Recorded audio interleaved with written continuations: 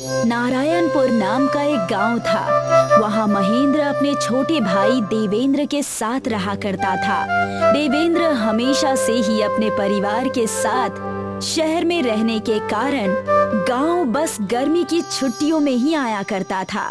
महेंद्र का परिवार गांव का सुखी परिवार था। न ज्यादा धन की लालच और न ज्यादा दिखावा, हमेशा खुश रहने की कोशिश करता। लेकिन देवेंद्र का परिवार जो कि शहर से आया हुआ था, उनके बच्चे हमेशा ही कुछ न कुछ नाटक किया करते थे। मैंने कहा ना तुमसे, हम आज घर पर बनाकर ही खाना खाएंगे, ज्यादा जिद मत करो। लेकिन पापा, मुझे ये खिचड़ी विचड़ी कुछ नहीं खाना, मुझे चाइनीज खाना है। अब मैं यहाँ से चाइनीज कहाँ से लाऊं? मैं खुद बासी चावल खा रहा हूँ। मैं अब और मेरे बच्चे को इस हालत में नहीं देख सकता। देवेंद्र अपनी समस्या लेकर अपने बड़े भाई के पास जाता है, जो उस वक्त कोयले के खदान में काम कर रहा होता है। भैया, मुझे आपसे जरूरी बात करनी है। तुम यहाँ, तुम्हें तो घर पर होना चाहिए था ना। मैं और मेरा परिवार खाना खाने के लिए भी तड़प रहा है। आप बड़े भाई होकर भी कुछ करते नहीं। अगर ऐसा ही चलता रहा तो मैं फिर से शहर चला जाऊंगा। तुम सबके सामने यहाँ मेरा तमाशा बनाने आए हो। ये बातें तो घर पर भी हो सकती थी ना। महेंद्र थका हारा अपना काम करने के बाद देवेंद्र के साथ घर चला जाता है और वहाँ जाकर देखता है कि देवेंद्र की पत्नी महिमा महेंद्र की पत्नी रूपा से झगड़ रही है। आप बड़े होने के लायक नहीं हैं। आज तक कोई भी बड़े होने का फर्ज नहीं निभाया है आपने, जो इतना कह रही हैं। अरे जा जा कलमुही, न जाने शहर जाकर क्या खा लिया जो गांव भूल ही गई हो। आपसे तो बात ही करना बेकार है। क्यों लड़ रही हो भाग्यवान? चलो हम अपने घर के अंदर चले। महेंद्र रूपा के साथ अपने घर चला जाता है और वहाँ जाकर देखता है कि रूपा ने मसालेदार चटपटा खाना बनाकर रखा है। अरे वाह रूपा, तुमने तो आज स्वादिष्ट खाना बनाकर रखा है। फिर देवेंद्र किस बात से लड़ रहा था? खाना तो बहुत बढ़िया बना है। अब मैं क्या बताऊं जी, देसी चिड़िया विदेशी भाषा। घर में लाख अच्छी चीज हो, पर उसे और उसके बच्चों को तो बाहर का ही खाना खाना है। एक तरफ महेंद्र गांव के घर में बने स्वादिष्ट पकवान खा रहा था, देवेंद्र की पत्नी अपने बच्चों को मैगी बनाकर खिला रही थी। एक रात बीत चुकी थी। सुबह महेंद्र कोयले की खदान में काम करने के लिए निकल ही रहा था कि उसे देवेंद्र आंगन में बैठा दिखाई दिया और तभी से उसने उसे परेशान करने की सोची। रूपा, कल रात का खाना लाजवाब था। सोच रहा हूँ कि एक छोटा सा ठेला खोल लूं, जहाँ तुम्हारे हाथ का बना खाना सब खा सके, एकदम स्वादिष्ट और मसालेदार। अरे जाइए, बड़े आए, जाकर मजदूरी कीजिए। अब भाई रात का खाना अच्छा खाया है तो जाकर मजदूरी भी मेहनत वाली होगी। उतने में ही वहाँ पर डाकिया एक चिट्ठी लेकर आया। ये चिट्ठी देवेंद्र के नाम से है। देवेंद्र कौन है? जी मैं हूँ, कहिए क्या बात है? ये चिट्ठी आपके कंपनी से आई है, शहर से। ये लीजिए, जरूर मेरे तरक्की का पत्र होगा, मजा आएगा। डाकिया चिट्ठी देकर वहाँ से चला जाता है। तब देवेंद्र चिट्ठी पढ़ता है और रोने लगता है। क्या हुआ छोटे, इतना रो क्यों रहे हो? भारी नुकसान की वजह से कंपनी ने कई लोगों को नौकरी से निकाल दिया है, उनमें से एक मैं भी हूँ। ये तो बहुत बुरा हुआ, ऐसा नहीं होना चाहिए था। देवेंद्र को रोता हुआ देख उसकी पत्नी महिमा वहाँ पर आ जाती है। आप रो क्यों रहे हैं जी? क्या हो गया है? जरूर जेठ जी ने ही कुछ किया होगा। मैंने कुछ भी नहीं किया। तुम तो पता नहीं क्यों परिवार तोड़ने के पीछे पड़ी रहती हो। मेरी नौकरी छूट गई। देवेंद्र के मुंह से इतना सुनते ही महिमा सहम जाती है। अब हम क्या करेंगे? बच्चों की पढ़ाई लिखाई सब बाकी है, कहाँ जाएंगे? किससे मदद मांगेंगे? मुझे तो कुछ समझ में नहीं आ रहा, क्या करूं, कैसे करूं? इतना कर्ज भी सर पर है। शांत हो जाओ। मैंने सुना है कि महिमा शहरी खाना अच्छा बनाती है। तुम उसका व्यापार गांव में करो, अच्छा मुनाफा होगा। मुनाफा तो होगा, लेकिन उतने पैसे नहीं है मेरे पास जो मैं नई दुकान डाल सकूं। तुम उसकी चिंता मत करो, मैं तुम्हें कुछ रुपए उधार दे दूंगा। जब मुनाफा चलने लगे तो तुम आकर मुझे दोबारा दे देना। देवेंद्र महेंद्र से कुछ पैसे उधार ले लेता है। देवेंद्र साइकिल से शहर जाकर पिज्जा बनाने का सामान लेकर आता है। महिमा और देवेंद्र मिलकर पिज्जा बनाकर बेचना शुरू कर देते हैं। पूरे ठेले पर वो लोग पिज्जा रखकर बाजार में बेचने लगते हैं। ऐसा पिज्जा बना है जिसे देखकर सब लोग बहुत खुश हो जाएंगे। पूरा गांव झूम उठेगा। हाँ हाँ, आओ पिज्जा खाओ, पिज्जा खाओ। कुछ देर आवाज लगाने के बाद ही वहाँ पर कुछ ग्राहक आ जाते हैं। अरे भाई, क्या बेच रहे हो? पिज्जा? हमने भी बहुत सुना है कि ये कुछ शहरी खाना है, जरा दो हम भी खा कर देखें। हाँ हाँ, मुझे भी दे दो। और जैसे ही उन्होंने पिज्जा खाया, उन्होंने पिज्जा थूक दिया। ये क्या बना दिया है? बिल्कुल भी स्वाद नहीं है। ये कैसा पिज्जा है? इससे अच्छा तो हमारे गांव का खाना है। हाँ हाँ, चलो चलो, कितना बेकार है। पूरा दिन बीत चुका था, लेकिन कोई भी गांव वाला पिज्जा खाने नहीं आया। इस चीज से परेशान होकर देवेंद्र ने सारी बातें अपने बड़े भाई महेंद्र को बताई। तुम्हें किसने कहा शहरी खाना बेचने को? ये गांव है, यहाँ के लोगों को टिकाऊ और तंदुरुस्त खाना खाने की आदत है। तो फिर इसका कोई सुझाव भी तो बताइए। एक काम क्यों नहीं करते? कुल्हड़ में गांव का देसी तड़का डालकर उसमें पिज्जा क्यों नहीं बनाते? मैं आपको लिख कर देती हूँ कि वो लोगों को बहुत पसंद आएगा। भाभी, आपने सही कहा, मैं ऐसा ही करूँगा। महिमा को मैं समझा दूंगा। देवेंद्र ने रूपा की बात मानी और महिमा से कुल्हड़ पिज्जा बहुत सारे बनवाए और फिर उन्हें लेकर बाजार में ठेले पर बेचने चला गया और चिल्लाने लगा, कुल्हड़ पिज्जा, कुल्हड़ पिज्जा, देसी तड़के के साथ बिल्कुल। आ जाओ आ जाओ आ जाओ। कुछ ही देर में कुल्हड़ पिज्जा की खुशबू हर जगह फैल गई, जिसकी वजह से बहुत सारे ग्राहक वहाँ पर आ गए। जरा हमें भी बताओ, कुल्हड़ पिज्जा क्या है? जरा मैं भी तो खाकर देखूं। हाँ हाँ, मुझे भी दे दो। देखने में तो बड़ा ही स्वादिष्ट लग रहा है, आखिर खाकर तो देखूं। उन लोगों ने कुल्हड़ पिज्जा खाया और कहने लगे, मजेदार, मुझे मजा आ गया। मैंने शायद ही ऐसा कुछ जीवन में खाया है। अद्भुत। और मेरे लिए भी 2 पैक कर दो। मैं जाकर घर में अपने बच्चों को कुल्हड़ पिज्जा खिलाऊंगी। देवेंद्र और महिमा की आमदनी बहुत बढ़ गई थी। उनका कुल्हड़ पिज्जा बहुत अच्छा चलने लगा था। लोगों की भीड़ रहा करती थी वहाँ पर। देवेंद्र ने महेंद्र के दिए हुए पैसे उसे वापस लौटा दिए। जादुई कुल्हड़ पिज्जा बहुत अच्छा चल रहा है। जादुई कुल्हड़ पिज्जा? मतलब मैं कुछ समझा नहीं। एक दिन एक बूढ़े बाबा हमारे घर आकर भीख मांग रहे थे और तभी मैंने उन्हें कुछ रोटियां खिलाई थी। मेरे अच्छे व्यवहार की वजह से उन्होंने मुझे जादुई जड़ी बूटी दी थी। उस जड़ी बूटी को मैंने कुल्हड़ पिज्जा में डाल दिया था, जिससे कि उसका स्वाद और सुगंध पूरे बाजार में फैल गया था। ये सारी बातें सुनकर महेंद्र बहुत खुश हो गया। आखिर देवेंद्र है तो अपना भाई ही ना। मुझे तुम पर बहुत गर्व है। और इसी तरह देवेंद्र और महेंद्र एक साथ खुशी खुशी रहने लगे। पूजा और राजू की शादी हुई थी। राजू अपने बड़े भाई के साथ रहता था। पूजा की जेठानी का नाम निशा था। निशा को अपने बड़े होने का बहुत घमंड था। वो पूजा से आए दिन काम करवाती रहती थी। पूजा सीधी सादी लड़की थी। वो अपनी जेठानी को ही सास समझकर उसकी हर बात माना करती थी। पूजा, मैं मंदिर जा रही हूँ, घर का सारा काम कर लेना और जब मैं आऊँ तो घर में कोई काम छूटा नहीं होना चाहिए। दीदी, आप बेफिक्र होकर मंदिर जाइए, मैं यहाँ के सारे काम संभाल लूंगी। पता है कैसे काम संभाल लेगी? मंदिर से आकर मुझे ही सारे काम करने पड़ेंगे। उल्टा सीधा काम करके रख देती है बस। पूजा को निशा बहुत कुछ कह देती थी, परंतु निशा कभी भी उसका पलटकर जवाब नहीं देती थी। पर जब खाना परोसने का समय आता, तब निशा ही खाना परोसती थी। ये क्या कर रही हो? दीदी, इनके लिए खाना लगा रही हूँ। जा, तू देवर जी का मुंह हाथ धुला, खाना मैं लगाती हूँ। पूजा राजू के मुंह हाथ धुलवाने के लिए चली जाती है। अरे, साबुन तो रसोई में ही रह गया, मैं अभी लेकर आती हूँ। जल्दी लेकर आना। भूख बहुत तेज लग रही है और हाथ भी बहुत गंदे हो रहे हैं। जरा साफ तरीके से धोने होंगे। पूजा जब रसोई में जाती है तो उसकी नजर निशा पर पड़ती है।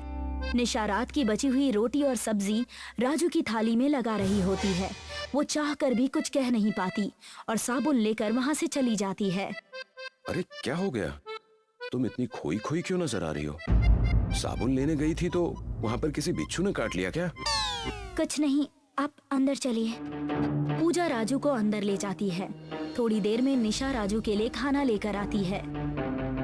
पूजा बेमन से उस थाली को पकड़ लेती है और राजू के सामने रख देती है। जैसे ही राजू एक निवाला तोड़ता है तो पूजा उसके सामने से थाली हटा लेती है और राजू को सारी सच्चाई बता देती है। मुझे तो अपने कानों पर विश्वास ही नहीं हो रहा है कि भाभी मेरे साथ ऐसा कर सकती हैं। ये सब आपके काम ना करने का नतीजा है। आप कोई काम धंधा नहीं करते ना, इसलिए सब आपको इस घर पे बोझ समझते हैं। आपको अपना कोई काम करना चाहिए। सच में पूजा, आजकल इंसान की अहमियत नहीं है, बस पैसे की अहमियत है।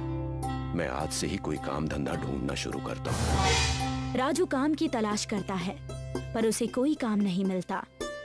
जब वो थक हार कर घर आता है तो पूजा उससे कहती है, एक बार जब आपने पिज्जा बनाया था तो वो बहुत ही स्वादिष्ट था।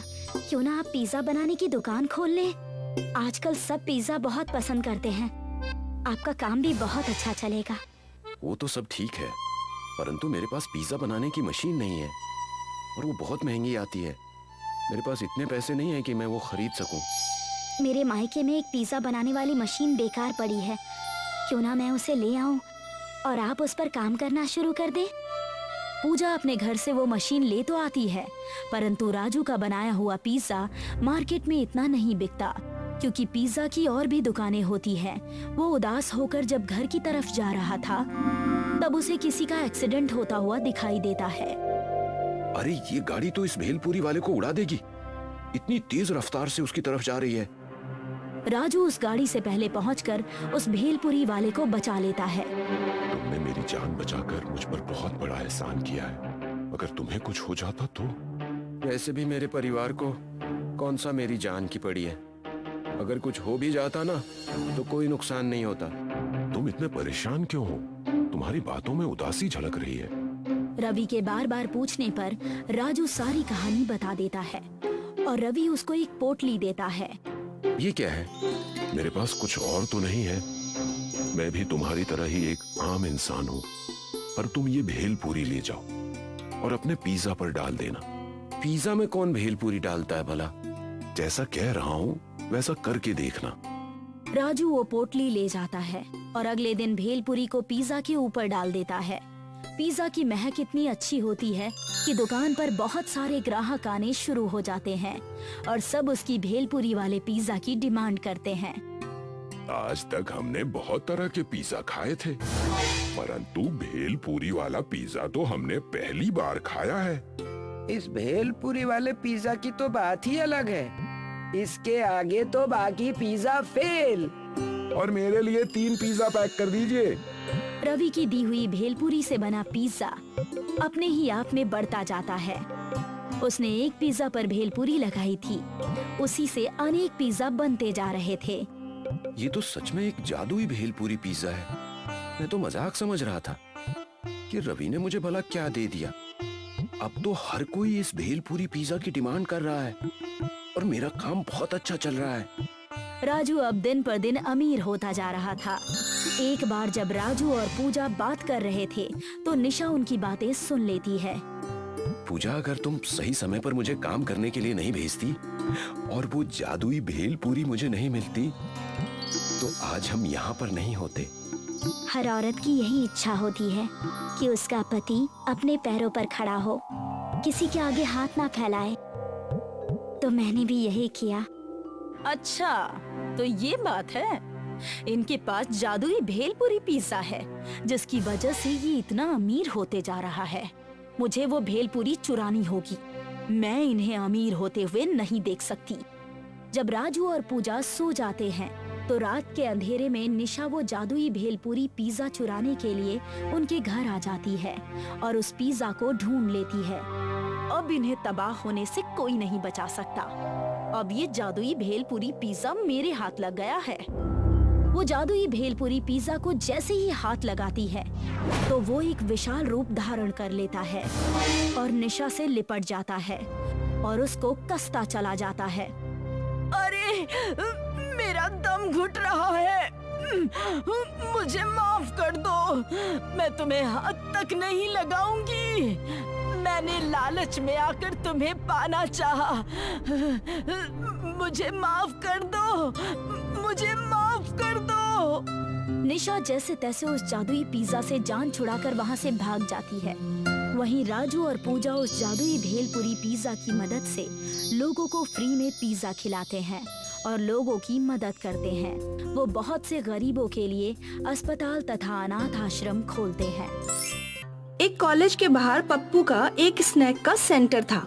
वो अपने स्नैक सेंटर पर पिज्जा भी बेचता था और मैगी भी। एक मैगी देना भाई। हाँ अभी देता हूँ। एक वेजिटेबल पिज्जा देना। एक्स्ट्रा चीज। हाँ एक्स्ट्रा चीज।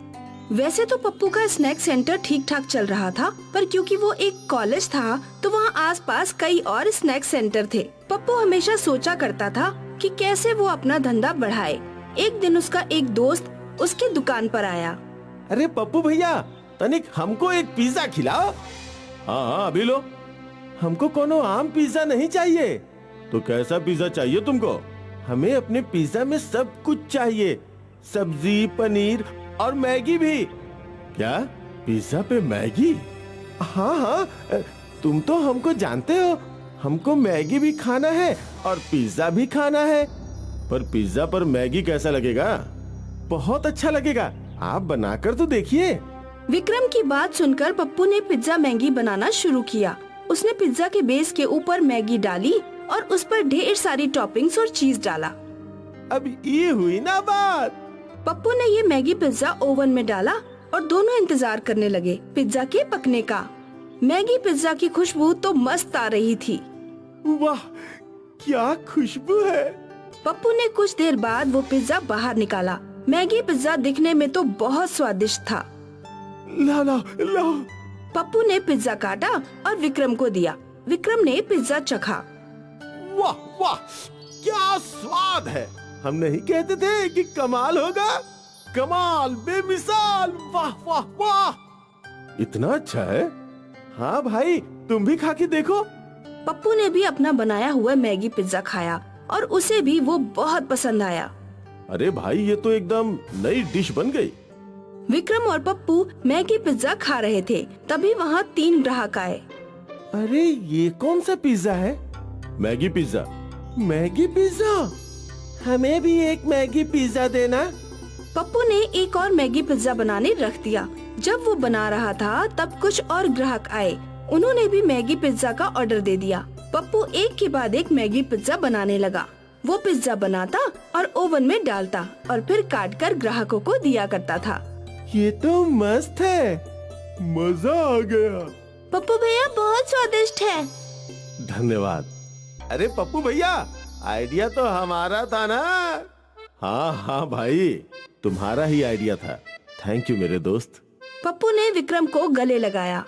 उस दिन से पप्पू का मैगी पिज्जा काफी बिकने लगा। पप्पू खुश था। एक मैगी पिज्जा। एक मैगी पिज्जा। मैगी पिज्जा के लिए पप्पू के स्नैक सेंटर पर भीड़ लगी रहती थी। कुछ दिनों बाद पप्पू ने इतने पैसे कमा लिए कि उसने पिज्जा सेंटर को बड़ा बना दिया। वाह भैया इतना बड़ा पिज्जा पार्लर। हाँ भाई ये सब तेरी देन है। उस दिन तेरे मैगी पिज्जा के आइडिया ने तो कमाल कर दिया। Thank you. वेलकम भाई वेलकम। पर मुझे हमेशा फ्री में पिज्जा खिलाना होगा। हाँ हाँ तू फिक्र मत कर।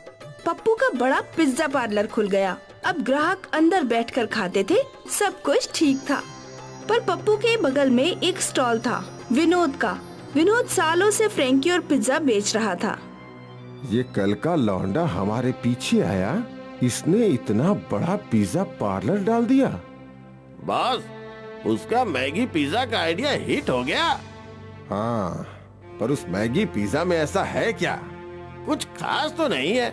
तो हम भी बनाते हैं मैगी पिज्जा और उसे कम दाम में बेचेंगे। ये हुई ना बात बॉस। हाँ अब मजा आएगा। विनोद ने कम दाम में मैगी पिज्जा बेचने का आइडिया निकाला।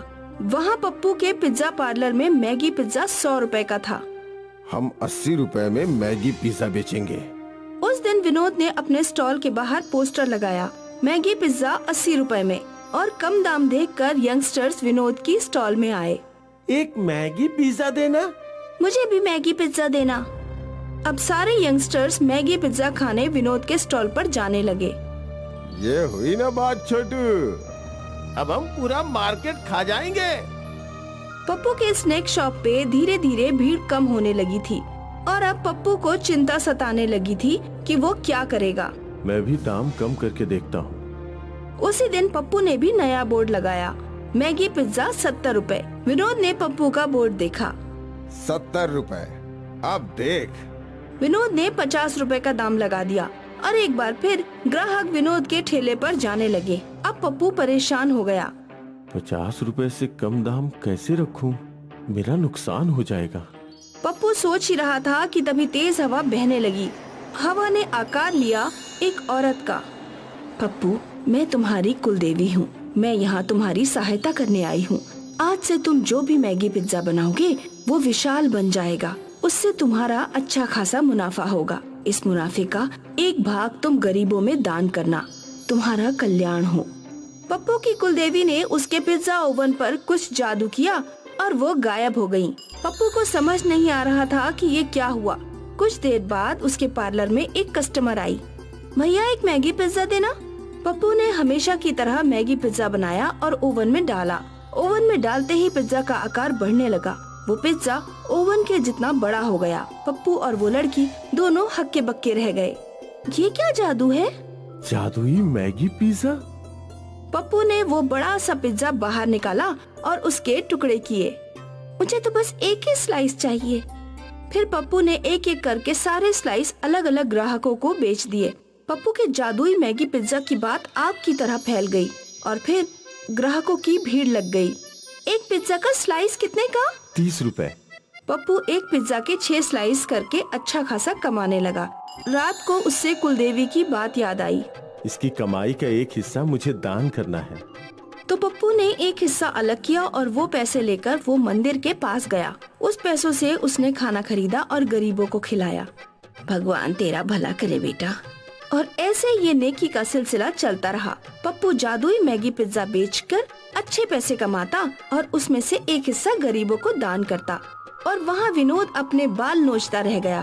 उसे समझ ही नहीं आ रहा था कि पप्पू का पिज्जा अपने आप बड़ा कैसे हो रहा है। जादू का वरदान पप्पू को मिला क्योंकि वो अच्छा था और उसके जरिए अच्छाई आगे बढ़ सकती थी।